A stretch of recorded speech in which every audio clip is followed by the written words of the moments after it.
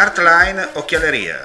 Dal 1994 il vero artigianato italiano. Quando il Made in Italy è vero Made in Italy.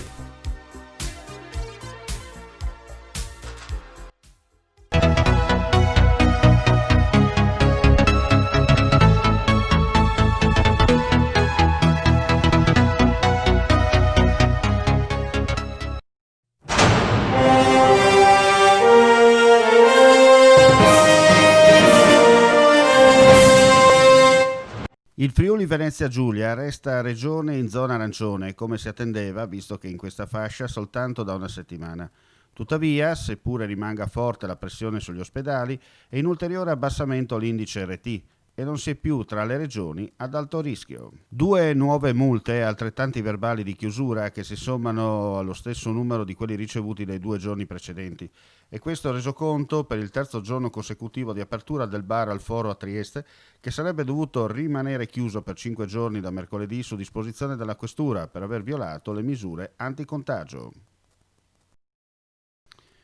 Lunedì 25 gennaio alle ore 17 in Piazza Libertà, sotto la loggia del Lionello, si terrà una cerimonia a ricordo del grande inventore e imprenditore friulano Arturo Malignani, in occasione del 132esimo anno dalla prima accensione dell'illuminazione pubblica elettrica nella città di Udine, avvenuta nel gennaio del 1889. Il capoluogo friulano fu la terza città europea a dotarsi di una rete di illuminazione elettrica a cura della ditta Volpe Malignani SNC dopo Milano e Londra.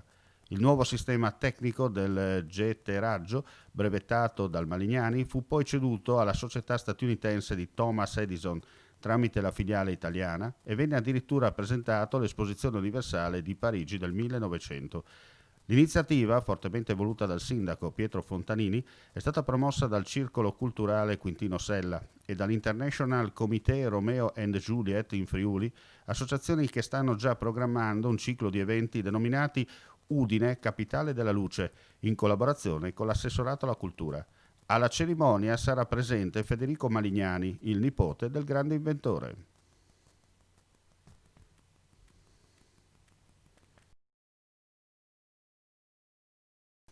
Una valutazione attenta e ponderata di obiettivi e vantaggi che il progetto nazionale CAI porta in dote al Consorzio Agrario del Friuli Venezia Giulia e quanto deciso dal Consiglio di amministrazione della Grande Coop di Basiliano con l'approvazione della delibera che dà il via libera al progetto CAI per analizzare in ogni aspetto possibile i pro e i contro, così da poter prendere infine una decisione ponderata.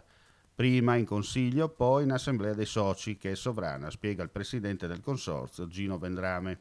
Un vantaggio che lo stesso Presidente è particolarmente evidente nel caso del Friuli Venezia Giulia e un vantaggio che per il Presidente è particolarmente evidente nel caso della nostra Regione, trattandosi di Regione che di confini ne ha addirittura 2. Il percorso di approfondimento potrà contare sul tutto il tempo necessario. Vendrame infine garantisce che vogliamo fare le cose con passi sicuri, perché deve essere una decisione convinta e consapevole. Assessore Pizzimenti, per quanto riguarda le scuole del territorio della provincia di Pordenone, quindi materne, elementari e medie, quali saranno gli investimenti che la Regione intende fare appunto in questo territorio? Intanto diciamo subito cosa è stato fatto dal 2018 ad oggi come investimento, che è cospicuo perché si parla di 56 milioni in 66 interventi nella provincia di Pordenone, compreso Pordenone ovviamente. Quindi una quantità di denaro che non è sufficiente ma certamente importante per dare sicurezza alle scuole. Per il futuro ci sono una serie di voci nel triennale che battono circa una quarantina di milioni nel triennale che verranno distribuite su tutto il territorio regionale, compreso anche Pordenone.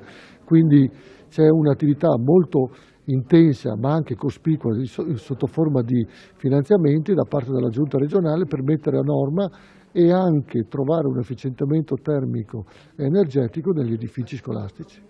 Non dimenticando appunto anche la sicurezza degli impianti, che penso sia la filosofia principale che vi ha spinto a fare questi interventi. Assolutamente sì, bisogna che i genitori siano tranquilli quando portano i ragazzi a scuola, cioè lasciarli a scuola per tante ore deve essere una tranquillità, non un problema, e questo è un po' l'obiettivo che si pone la Giunta, quello di dare agli edifici scolastici del nostro territorio quella situazione tale per cui rimangono tranquillamente i ragazzi in classe.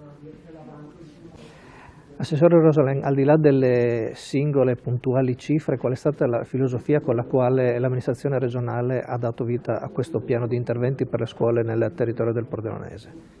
Noi abbiamo voluto finalmente programmare in maniera puntuale e dettagliata, soprattutto per quanto riguarda gli aspetti di mia competenza, che sono quelli legati allo sviluppo delle scuole secondarie di secondo grado. L'abbiamo fatto dando risposte su tutto il territorio dell'ex provincia di Pordenone in tempi molto rapidi e in tempi molto difficili, in cui dapprima abbiamo dovuto rispondere a tutte le emergenze Covid e ora possiamo lavorare sulla programmazione che gli EDR hanno presentato. Al di là della parte relativa ai muri, però c'è anche quella relativa alla connettività, che è di una parte di sua competenza, anche questa possiamo inserire all'interno di questo calderone riguardante le scuole. Secondo me, con tutte le riforme fatte dalla Regione Friuli Venezia Giulia negli ultimi anni sul tema della programmazione, il primo compito era quello di mettere assieme e mettere a sistema le risorse che si muovevano su piani diversi e legate a progetti diversi ad ogni livello, nazionale e regionale. Abbiamo stabilito come priorità tutto il tema della connettività delle scuole, legata ovviamente anche al momento, e abbiamo scritto assieme all'assessore Callari e assieme all'assessore Pizzimenti un programma di 19 milioni di euro destinati a tutti gli ordini e grado.